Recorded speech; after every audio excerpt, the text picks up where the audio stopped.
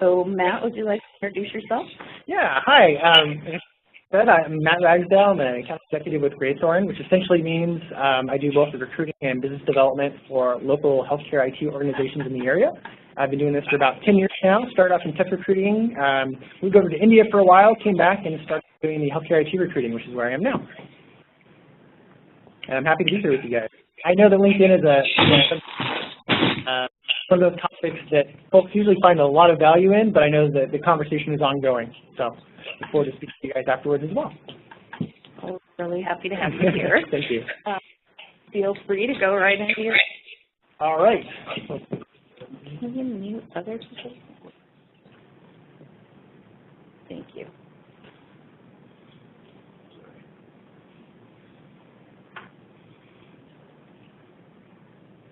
You're on it.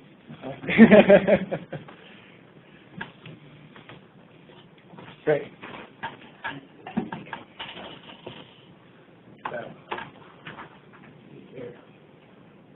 Okay, so this one's a question. I'll move it over.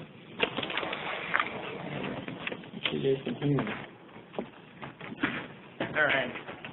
So thanks, everybody. Like I say, this is kind of a big topic, and I know that in the grand scheme of things, this is an ongoing conversation, and so if you guys have any questions or concerns, we'll do some Q&A afterwards.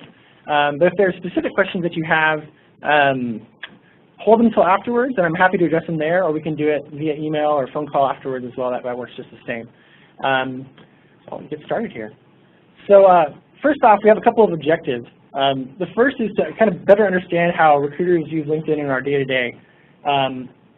I want to help you guys understand what the recruiting workflow looks like and how we go about our day-to-day business and how maybe you guys, as potential candidates, as I get this presentation here, can potentially increase your visibility to us as recruiters. And there's a lot of ways that you can do that, but there's some that are very particular to LinkedIn, and there are some that are maybe more related to your job search that we can get into later. Okay. The third one, losing my mouse, sorry guys.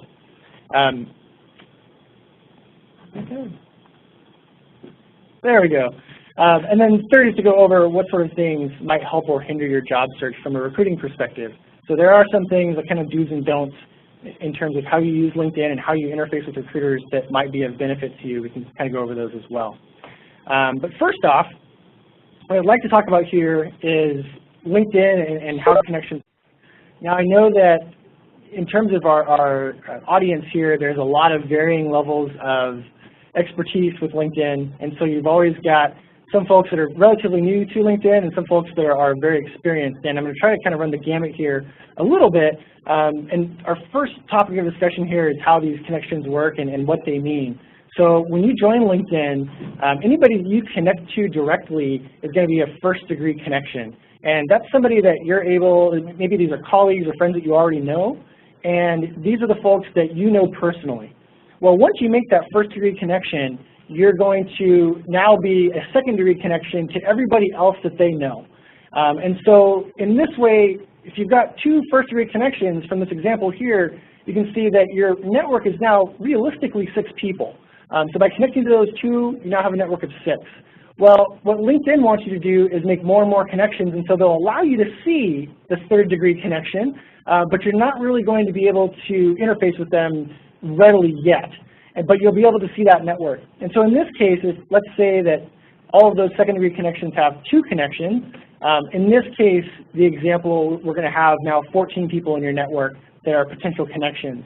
And so when you're thinking about who you want to interface with and what types of candidates you want to connect with, it's important to keep in mind that recruiters typically have connections numbering in the thousands.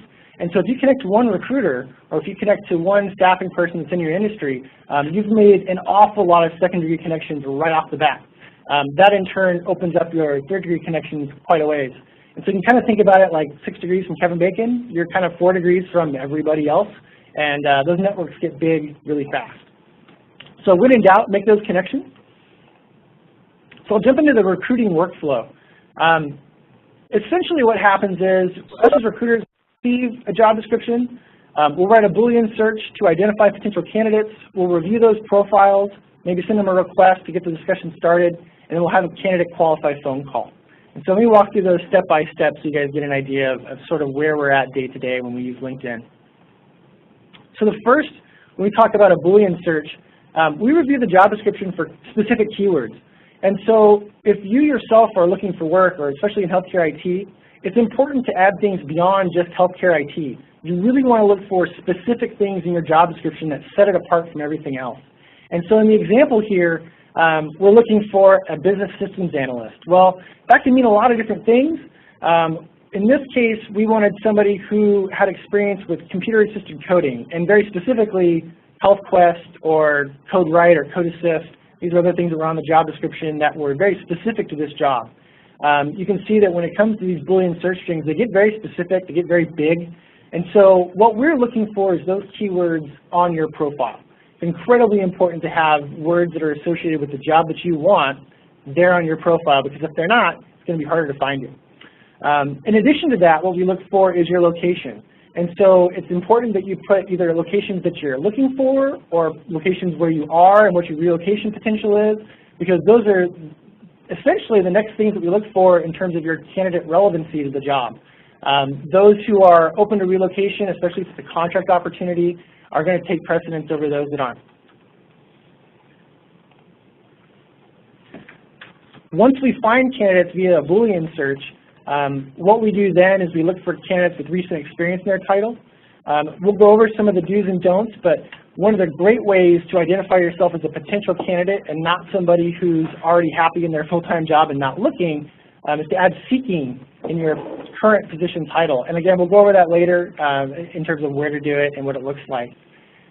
Once we identify somebody who's looking, and you guys are probably all familiar with this if you're browsing the web for news and things, is we start to middle-click profiles, and we'll just start opening up profile after profile after profile. And it's not uncommon to have 15 or 20 profiles open at any given time in one or two particular searches. Once that's completed, we stack rank those candidates. So if you're looking for work and it's obvious, if you are in the area and we know that you're going to be a potential candidate for the job, or if it's something that you've identified as a potential hot client that you're looking for, you're going to be stack ranked higher than those that aren't. And so even though you match all those keywords, it's still very important to make sure that everybody else knows you're a potential candidate for either a job move or something new on the market that may be piquing your interest. There's a couple of sections in LinkedIn where we can put those ideas, and I'll show you later where those are. Next in our little group there is checking your current position. Oftentimes when we search for those keywords, it'll bring up anything in your history, and so it really makes sense for you to move relevant interests up to the top. So for those of you that are completing an HIT certification, for those of you that are vets and looking to get back into the job market, it's important that you highlight those things right at the very top. If you're a new grad and don't have much work history in your background, what we recommend that you do is move your education up to the top, and you can actually list projects that you've been on, or if you've got maybe an advanced degree, a capstone project of some sort. And those sorts of things are things that we'll leverage when we're talking to you about potential job opportunities in lieu of work history. And then those references. Recommendations are potentially one of the biggest strong suits for LinkedIn right now. If you've got past colleagues you've worked with, or professors that you know, or even hopefully past colleagues or managers you've worked with, getting them to recommend you can really, really go a long ways, and we recommend that you lean on those in job interviews and things.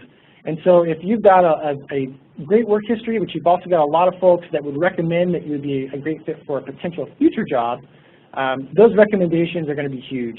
And again, I'll kind of show you where those are later. If you guys have any questions about that, we can go to that more in depth. Do you have a question? Checking my phone to make sure. Hopefully everybody can hear me. All right. So once we've identified that you're a potential candidate, you're going to get a connection request. And this is probably the point that most of you are already familiar with LinkedIn, where you get some sort of message from a recruiter that says, I'd like to add you to my professional network, or something along those lines. That's pretty important. It means that you are being considered for something, or at least they'd like to make that connection. And again, if it's somebody at a recruiting organization, or if it's at a client that you are pursuing actively, consider accepting that connection right off the bat, simply because that's going to open up your network to all those second-degree connections to that client or agency that you might not have otherwise. And again, once we make that connection request, we're checking for things like longevity and education. It usually means it's a good indicator of your chances for the job right off the bat. If you receive an in-mail, this is a little bit different. You guys may have heard about it. It's a very specific type of mail outside of a connection request. So when a recruiter asks to connect with you, there's lots of things we can't do. We can't put in URLs. It will prevent us from leaving like @ symbols, so email addresses become tricky. We've got a 300-character limit, so we can't say very much. We can't post a job description, for instance, or really talk about salary or anything like that. So once you get an in-mail, take these seriously. These are things that cost recruiters, I think they're about $10 a pop. If you've got a paid account, like most recruiters do, you get 10 a month for free, and that's it. They're guaranteed, so if you don't respond, we get them back. We're rated on them. If you give us negative feedback, it really hits us where it hurts. And so if you're getting these, it's really a good indicator that somebody's more than interested in your background, and maybe you should take it a little bit more seriously. If it's not a fit, at least it's a conversation starter. And again, that's a lot of what LinkedIn is about anyways. So consider using that as a conversation starter, if anything, if nothing else. The in-mails allow us to send you our contact information. It allows us to have a very serious dialogue because the content window opens up, I think, I want to say to several thousand characters. And it allows us to message people that we otherwise wouldn't be able to, say third-degree connections are larger. And so in this case, this is somebody who's really seeking you out in particular. It's a really good idea to respond to this. And then lastly, I wanted to clarify this because I know that a lot of potential candidates call these recruiter interviews, and they're typically not. So when we make that first email introduction, we're going to be asking some qualifying questions about where you want to be in your career, what you're trying to do, maybe what your salary requirements are, what the position requirements are, if you're open to them. If all that goes well, what we'll typically do is set up a phone qualify call. And that's like a 15 to 20-minute phone conversation where I think a lot of candidates get confused that they're actually doing an interview, when what they're really doing is we're talking more in depth about the things that aren't on your resume, or maybe clarifying points on your profile that might not otherwise be obvious. And we take that information and gather it all into what we call a submittal, and then we send that information off to the hiring team, along with your resume. And so oftentimes that includes things like project details, career objectives, or maybe things that you simply want to highlight in your background that might not be there on your LinkedIn profile. And at that point, it's not uncommon for a recruiter to ask you for your resume in a Word doc or a PDF format. So when you're using LinkedIn, keep in mind that it's not a replacement for your resume. It's really something in addition that's going to help you network more or less in a social way. So I'll give you guys an example as far as optimizing your LinkedIn profile. When you start off, you're not going to see very much. You're not going to have your contact information filled out. Typically you're going to have your current title if you're looking for work, or if you're a student, it might say student instead of senior account executive at Graythorn. But one of the things we recommend you do is change that so that it says something like seeking new HRT job opportunities. This is very clear when we're searching for you in advanced capacity to tell that you're looking for work, where you're looking for work, and that you're not currently working. Those are 3 really good indicators that we should be reaching out to you. Next, we encourage you to fill in all that information down at the bottom. Once you've made that connection with someone, believe it or not, we don't automatically know all that info. So if you add it there, we can actually go in and find your email address, your phone number, maybe even your current address, which is helpful. But one of the other ideas people like to introduce is the website section. If you don't have a website, that's okay. If you have your resume located someplace, or if you've got it stored maybe on a school server someplace, you can link to it there. You can also include your resume as a profile attachment. It doesn't work as well as you think it would for LinkedIn. For their purposes, they really want more presentations or maybe journalistic type qualities of projects that you've been involved in. But they're not really looking for big Word docs.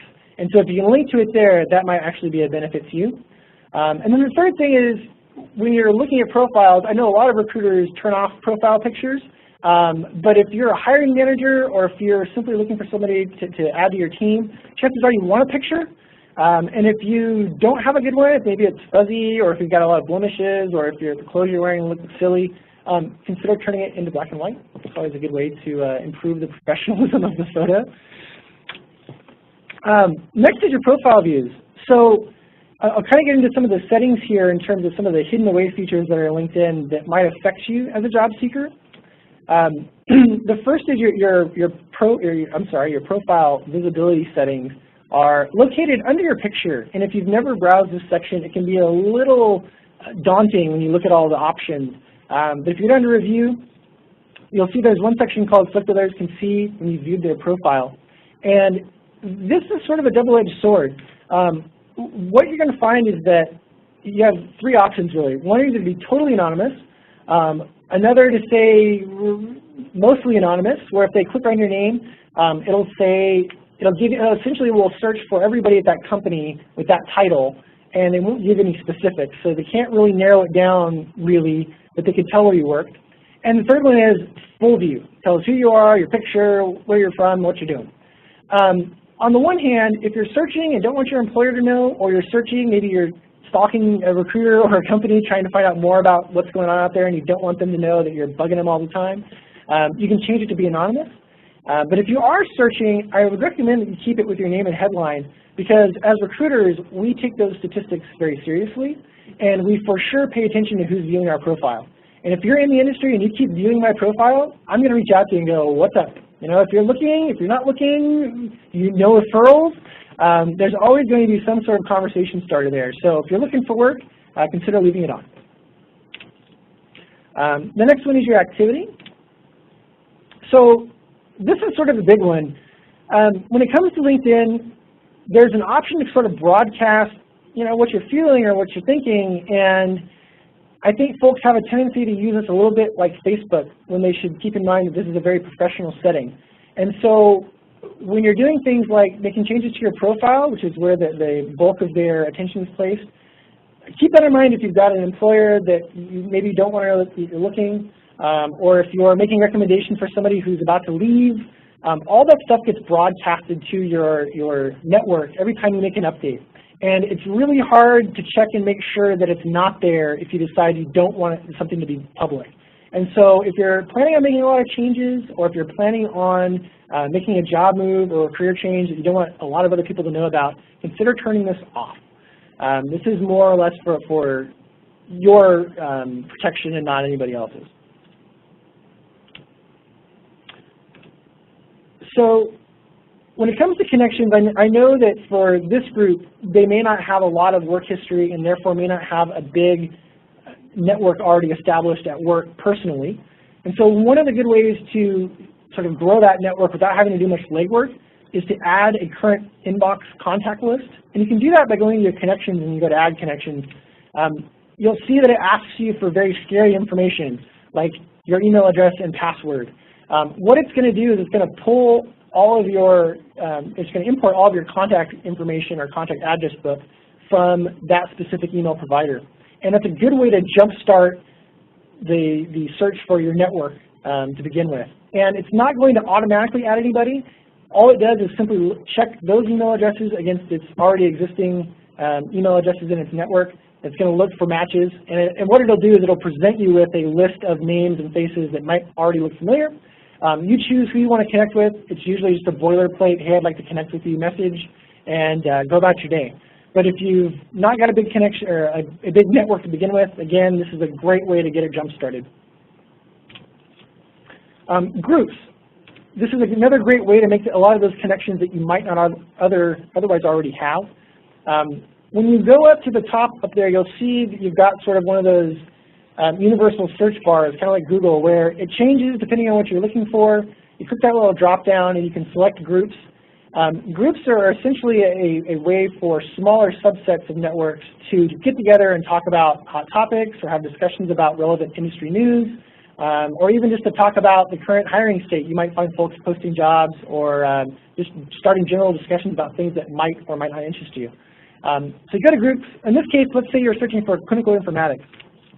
What you'll find is that you're presented with a big list organized by size usually, right there to you. And again, in this case, we got 98 results. So there's 98 different clinical informatics groups. Well, you can join up to 50. And as a recruiter, I encourage you to join as many as you can, because everybody who's in a group with you becomes a third-degree connection. So you've expanded your network very, very much simply by joining a group that has a bunch of members in it. So in this case, what I've highlighted there is the snapshot of statistics for each of those groups. And so you can see that it varies a lot. There are some groups that have several thousand members. There's some groups that have maybe 400 or 500. You can see how many are in your network. So again, if you post a discussion to this group, how many in your network are going to see that activity? And then furthermore, once you click on a group that you might be interested in, you'll see this little eye hanging off over to the side. I don't know if I can actually show you guys. But you'll see it over there, and it drops down into an additional section there about the group statistics. And if you click on that group statistics button, you're going to see some pretty interesting information. This is just one tab, but there's a lot of pie charts. There's a lot of time graphs that will show you comments and discussions. And for instance, this group had something like 5,000 members. Well, nobody commented on anything last week. There were 6 discussions which were probably just spam. And again, in addition to those 6 jobs, which were probably not really worthwhile. So it's in your best interest if you're deciding to join a group to take a look at the snapshot of what their activity's been like and if it's worth one of the 50 coveted spots you have in your group. If it's not working out for you, if there are groups that you're seeing either a lot of spammy stuff from or you're just not getting out of it what you need to, consider leaving it and joining something else. One of the great ways that you can look for new groups is to visit your Connections already existing profiles, and down at the bottom it'll show you all the groups that they're in. And so usually if, say for instance, you're part of the clinical informatics groups, there's going to be several, and some are more active than others. Take a look at all of them and see what you think. So in terms of do's and don'ts, one of the best ways you can leverage LinkedIn is to search for jobs specifically. And if you go up there and you actually search for jobs, which again I think a lot of people miss when they think it's just a networking site, it's actually got really great functionality that's missing from a lot of other job boards. And so if you go up there to jobs, search for clinical informatics, there's 2,000 results simply in the Seattle area. I ran a search just the other day for clinical informatics, and this is what I got. It's not just viewing the profiles. When you click on those, you can apply directly from your profile, which is great. So if your profile is already fleshed out, you can apply directly from LinkedIn using your profile. Sometimes it'll take you to the company site, but there's a lot of them where you can get some really great info already right off the page there. You can see, one, how many people have already applied to it, so you can sort of see what your competition is like. But you can also see the estimated salary. This is something that the recruiters or the employers don't have direct control over. So it's LinkedIn is being a little more general. I think they want to use things like Glassdoor or some other sort of aggregate number for what a position might pay in your area. But it's a good way to at least start the conversation and get some general intel about what may or may not be best for you. Again, when it comes to those recommendations and referrals, I'll show you where to do it. When you go onto your profile, there's a little drop-down menu, and one of the very first things is ask to be recommended. And if you click on that, you're going to see another window pop up where you can select what job or what education you're referencing, and then you can type in the connections that you already have that you want to ask, and then you can sort of put in a boilerplate template message that you'll send out to them referencing what it is you're asking to be recommended for. This is a terrific way to build those referrals. If you go into a job interview and somebody asks you about, what would past colleagues say about your performance, or what would your managers say about you or your work ethic, I direct them to my profile and I say, I've got 15 people I've worked with directly. You can see exactly what they think. It's all written right there, and that shows up in your activity feed as well. So if people are recommending you, you're going to tell everybody else in your network via your broadcast all about it, whether you like it or not, how great you are and what a great job you did. Likewise, a great way to get some of those referrals is to do referrals. So if you know somebody has done a great job, or you're really fond of working with somebody in the past, go to their profile, just recommend them out of the blue. And oftentimes there's that, it's not a guilty feeling, but kind of feel like they should recommend you back. And that's a great way to kind of scratch my back, I'll scratch yours. So if you're looking for referrals and you're trying to get out in the job market with little experience, consider asking for recommendations. It never hurts. One of the things we have to not do is share Facebook chainmail. And I'll give you an example here. Spammy stuff on that last one, that's real life, man. I got that last week. So things that are spammy, like you're trying to win a trip or Virgin Airlines someplace. Come on, guys, don't do that. The Monday to Friday idea where every day stinks but Friday, yeah, we get it. It's not Facebook, though. And really, don't be sexist on LinkedIn. Everybody sees this stuff, and especially if you're making professional connections, you can guess how all this stuff goes over. But on a positive note, share relevant news articles. You'd be surprised how many people use this to their advantage. And if there's stuff about meaningful use or HeW or new EMRs going live or new hospitals going live with whatever EMR, post those things. And not just post them, add your thoughts. You can see down there on that last one, what are your thoughts on the final rule? That's something that somebody typed in there before they posted the link. That's kind of an okay discussion starter, I suppose. But what you really should do is add your opinion and then ask a question. Because what you want is for people to respond. Because what happens when people respond? It shows up in your network, and it shows up in their network. And so now all of a sudden you've got those second and third degree connections taking notice of what you're talking about. And that's a great way to get a discussion started. Maybe there'll be a hiring manager someplace that wasn't aware, or maybe it'll be a recruiter that goes, wow, this person really knows what they're talking about, and maybe I should connect with them. So this is a great way to build those connections. Just don't share the spammy stuff. So in closing here, seek out your recruiters and partner with the ones that you feel most comfortable with. It helps to be outgoing and really sort of tell people what you want instead of saying what you want in your profile and then hiding back and waiting for them to come to you.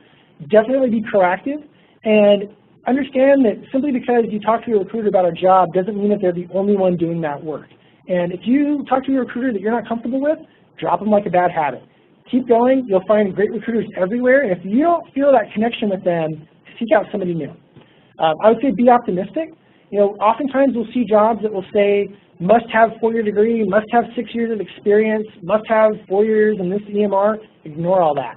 If you see something that you're interested in, apply to it. If you feel like you could do the job, apply to it. Or at least, at the very least, contact your recruiter about it. Because that recruiter probably has a lot of intel and can stack rank you against other people that he's seen. I can't tell you how many times I've come across a really tough job description and somebody has come to me who's local and has the right mindset and maybe has worked in the right industry, and I've said, you know what, I haven't submitted anybody else. You're the first one out the door. Let's just see what they say. It can't hurt. The worst that can happen is somebody tells you no and you move on. There's a lot of fish in the sea. Keep hunting. And then have fun. You know, when it comes to LinkedIn, you can take it very, very seriously, but you can also have a lot of fun with it. This is one of the few places where that professional environment becomes social. And if you can leverage those social outgoing experiences into something professional, you're going to find that those professionals want to be social with you. They want to share jobs with you. They want to find work. You know, ultimately, we don't make money unless you guys make money. And at the end of the day, it's in our best interest to find you work. Because if you're not working, we're not making money. And so we want to find something for you. And hey, if we can partner up with you, great. It helps if you talk a little bit more about your day-to-day. You don't always have to be very, very dry and professional. If you get somebody on the phone, it's a great way to make an impact on that the friend front and talk about sports, to talk about what's going on in your life. That's where recruiters are really interested in you as a person and not just a resume. So there you go. Thank you guys for your time. Great, thank you. Yeah. So can we set this up so we can have questions and answers? Sure. In the chat box. Great. So as soon as I put it in, I'm like, I had 27 minutes. I didn't realize this was going to take that long. I've done through some dry runs, and it's taken me 20 minutes, and I go, okay, well, this will be fine. Sorry, guys. I sped through there. It was perfect. We have a writer coming out that will have some of this stuff written down.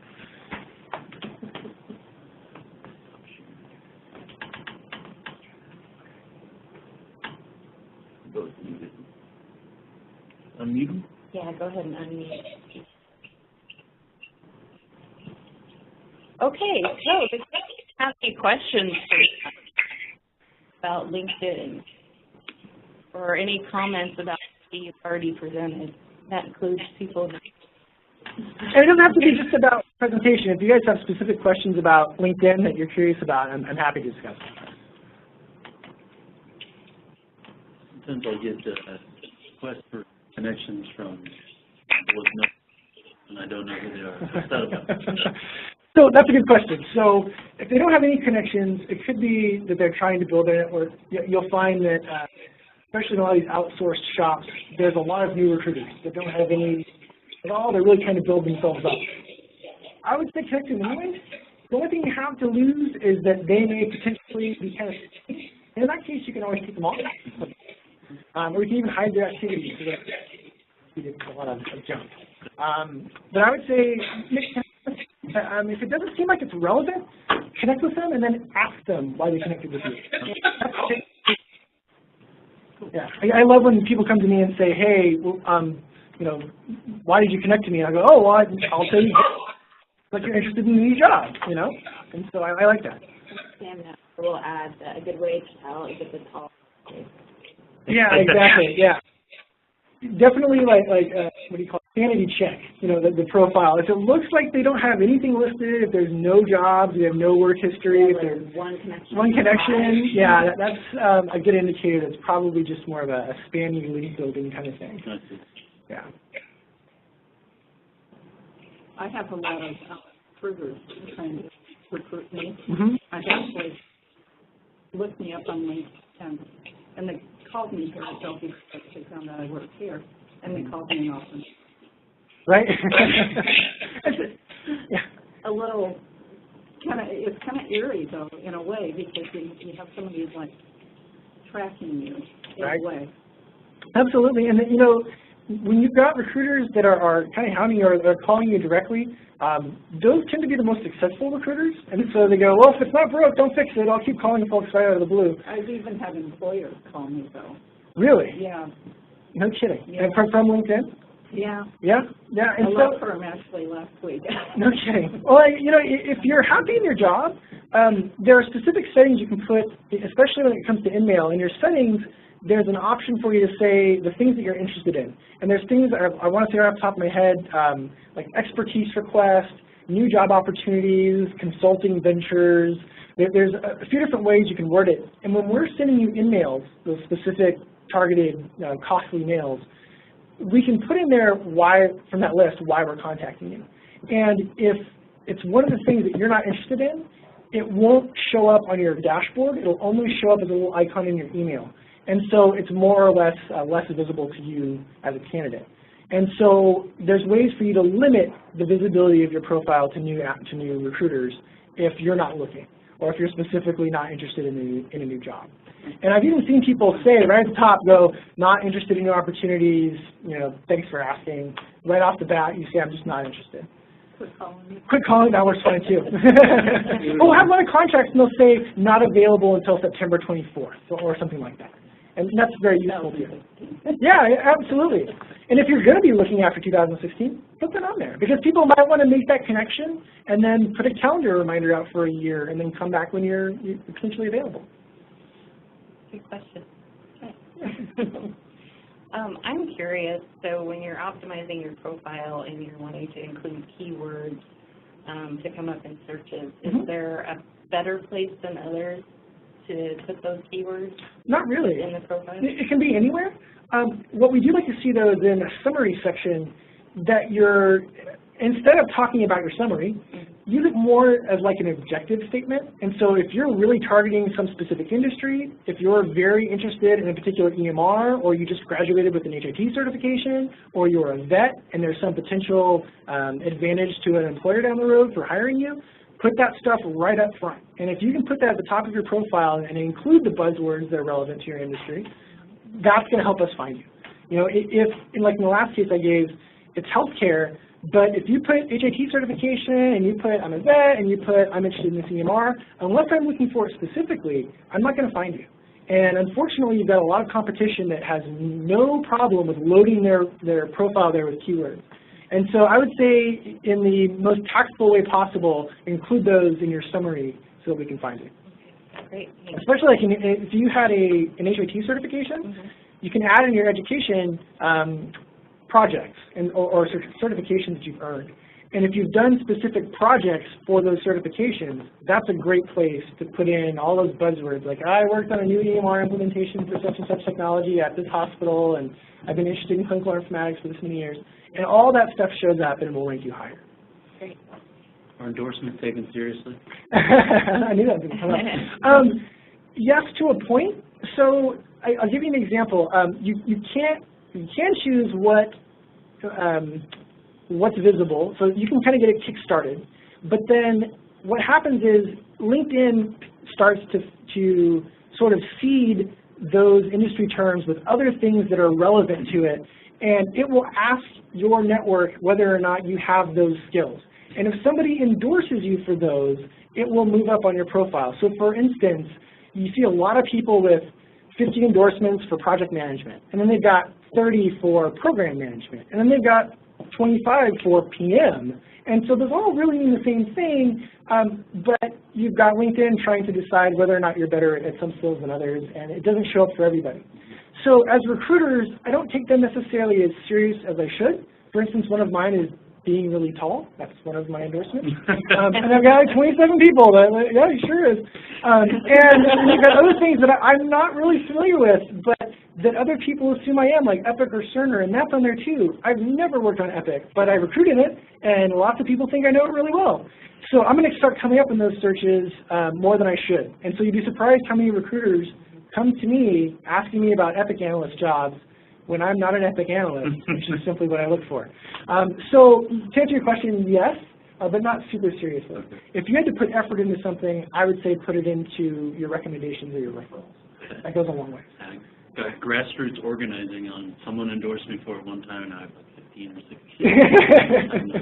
Yeah, and so like you'll get little boxes that pop up on your dashboard that will say, 4 at a time, is this person experienced in this? Is this person experienced in this? And there used to be an option where you could just go all. And so I know recruiters would sit there all day and go, yep, yep, yep, yep. And it's a great way to let other people know you're looking at their profile, because I'll get sometimes an email that such and such endorsed you for this technology. They probably didn't really seek you out to go, oh man, Roger's got that skill for sure. They probably went and went, oh yeah, all 4 of them, yeah, it's good enough, okay, next, good enough, next. Yeah, you don't want to say no, right? Like, yeah, what kind of friend are you? But yeah, it's really not taken too seriously. You'll see a lot of folks that have very, very big networks. They all have these 99 pluses. And again, it just, when you've got too much information, you don't have any information. There's no real way to grade it, really. Yeah. Great. Good question. How about Adriana or Chloe? Do you have any questions? I'm also curious, just what did people hear that was maybe new or different than what you thought? I didn't know it stuff. Yeah, you got a lot of money. Hi, this is Chloe. I've really enjoyed that presentation, so thank you so much. There's a lot of new, helpful information.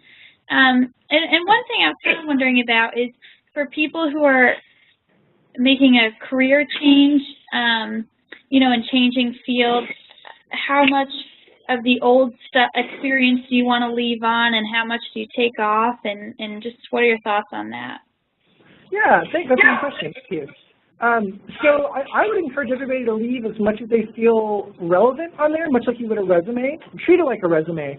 If it's stuff that goes back to like the 90s, I would consider maybe leaving just the job title or the company you worked at. You don't have to give a long list of details. But if you're trying to change industries, it's always nice to have that there, because then I can see, one, that you've been working, you have work experience. And it could be relevant. So like, say, for instance, you're trying to get into a PM job in a clinical field wherein you were a PM in a sales environment before. Well, that's still okay, because I can reference the fact that you've been in a management position prior, and I can ask you questions about that. And so it might be a good foot in the door for future opportunities if I can see what you've done in the past. Does that make sense? Yeah, that's great. Thank you. Absolutely. Good question. Thanks, Chloe. Adriana? Let's put you on the spot, Adriana.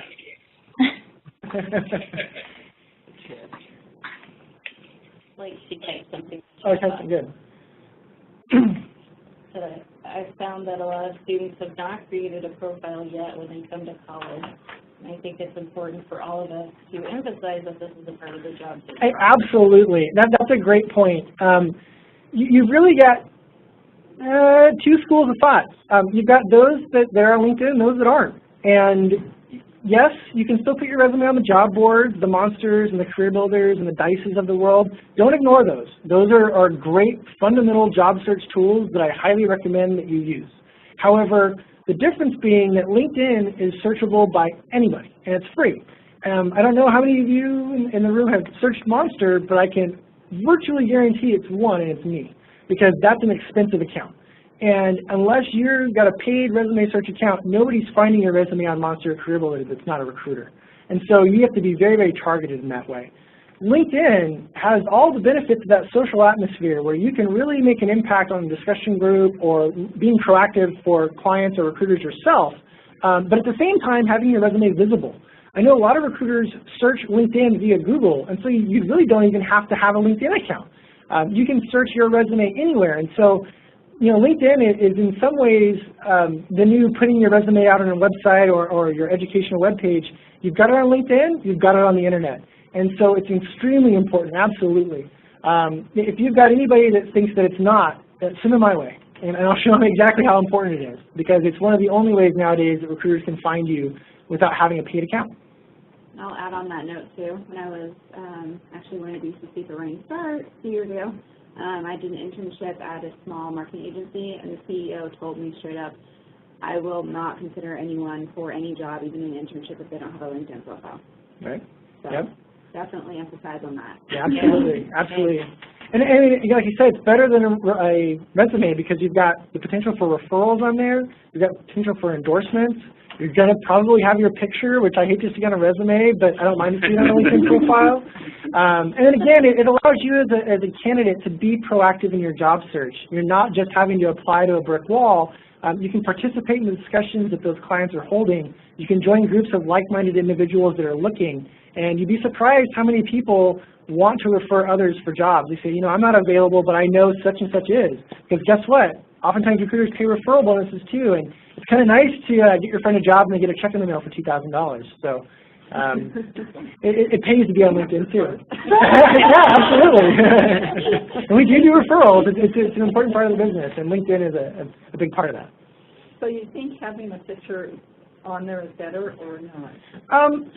So, like, I don't have my picture. So a lot of recruiters browse anonymously. So, for instance, I don't have pictures turned on because I want to focus on your job title and where you're at and where you're from. Kind of like the voice, Exactly.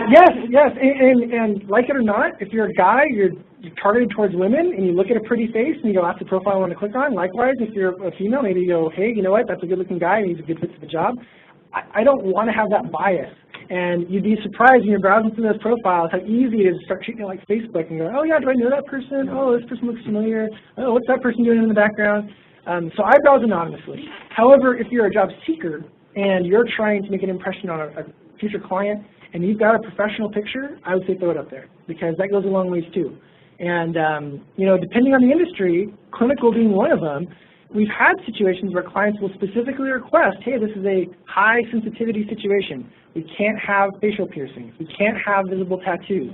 Like it or not, if you can put that out there right up front, you're a reasonably well put together job applicant, things might go better for you.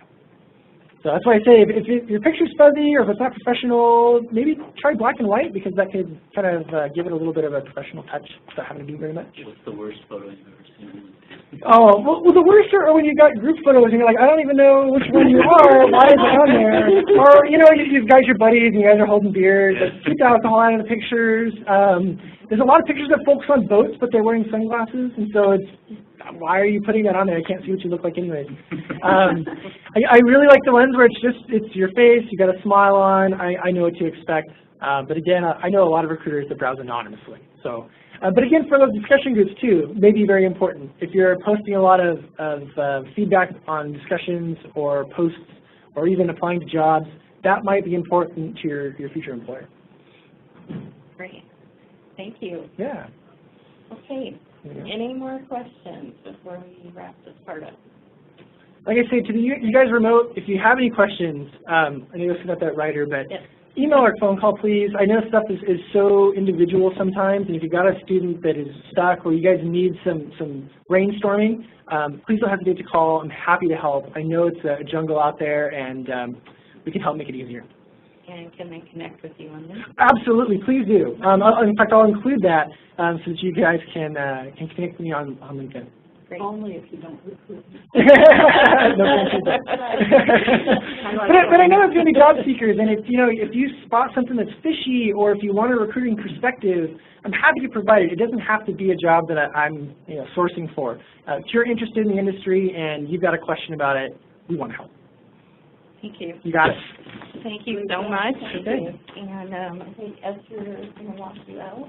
Yeah, absolutely. And we'll be sending out the slides and the notes as well as Matt's contact information. Try and include it. Yeah, we're not done. Oh. Yeah, Go on. yeah, Roger. Yeah. Is anyone on? Settle down. Thank you. Thanks. I appreciate that. Peter. Peter, Demetra. Pierre. Peter, I'm sorry, Demetra. Yeah, you changed Peter. No, you're more Peter. I am. Can we switch to the agenda? For the first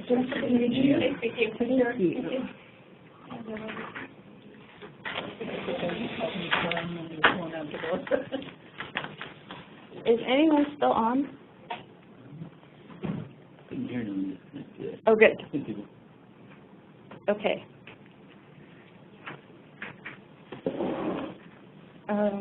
Actually, what I wanted to do is pull up the agenda for the on-site consortium meeting. Did I email that to you? Was that draft? Yeah. Thought it was replacement. I didn't get it sent. So unfortunately, we don't have everyone here, but I did just want to quickly go over the agenda for next week's consortium meeting. We're really excited to have everybody here. And we're actually, for the student support staff, we're going to have more time together this year. Quite a bit of more time, actually.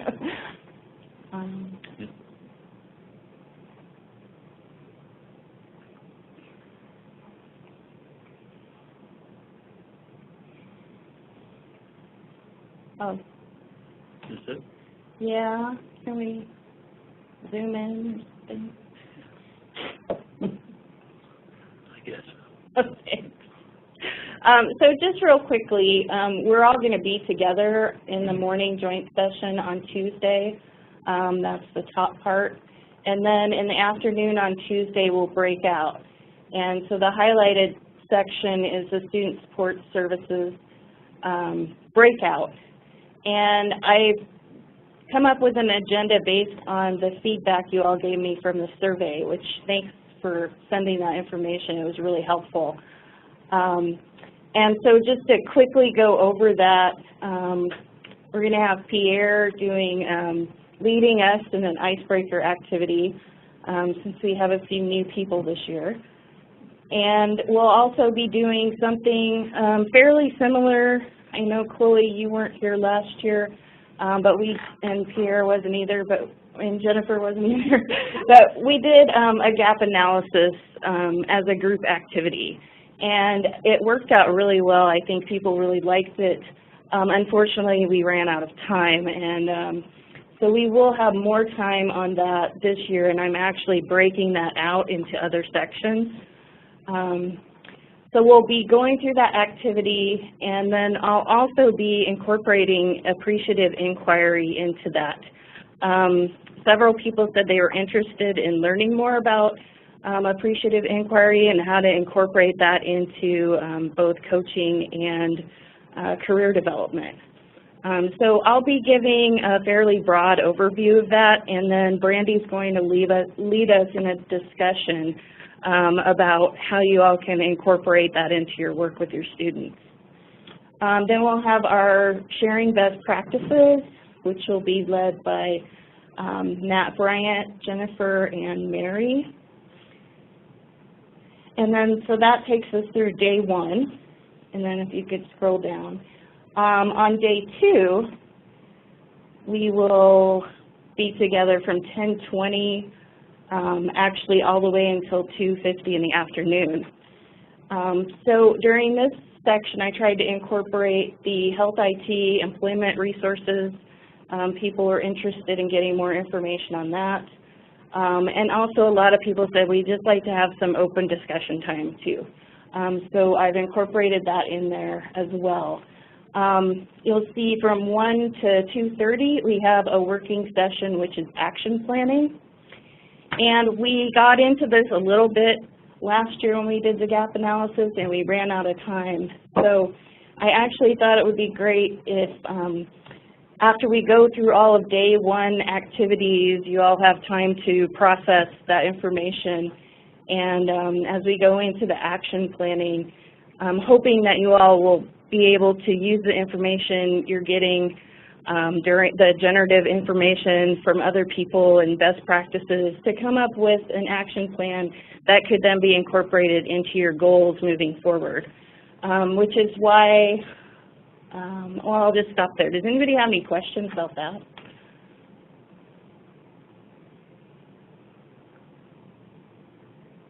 Okay, great. So the other part is, can you go back to the other agenda? Thank you. So that will be next Tuesday and Wednesday. And then the navigators for your quarterly goals, I think we had gone through September, so it's time to update those. But I wanted to give you a little bit of time after our on-site consortium meeting because I think that's really going to generate a lot of ideas and actions for you to incorporate into your goals. We will not have a meeting in October because these two meetings are so close together. And I already had Matt scheduled for September. So you'll get a break in October. And then for November, we do need a facilitator and a topic, preferably an employment topic. So if anyone has any suggestions, please email them to me or let me know if you're interested in facilitating. And I think that's all. Does anyone else have anything?